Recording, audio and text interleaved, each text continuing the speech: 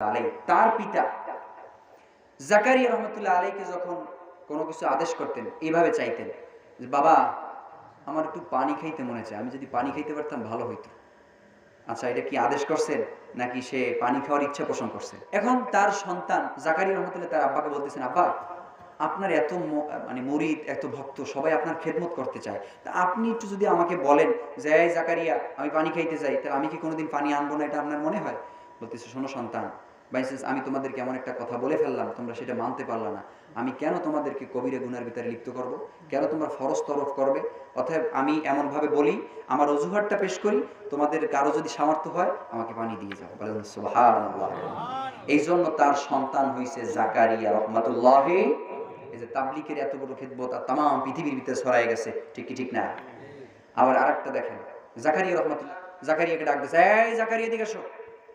বলছে, আব্বা কি হয়েছে? একটা বালিশ নিয়ে এসো। এবারে ছোট সন্তান, বেশি না, ছোট অবুস।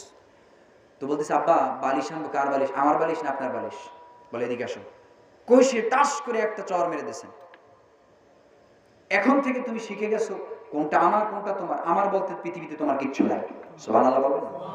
ওই দিন থেকে জাকারিয়া রহমাতুল্লাহ বলতেছেন, ওই দিন থেকে আমি পৃথিবীতে আমার বলতে আমি কোনো কিছু গ্রহণ করি নাই। সবকিছু মনে করছি আমি একমাত্র আল্লাহ, আর আল্লাহ একমাত্র আমার, আর পৃথিবীতে আমার আর কিচ্ছু নাই, যা কিছু আছে সবকিছু ক্ষণস্থায়ী। বলেন না সুবহানাল্লাহ।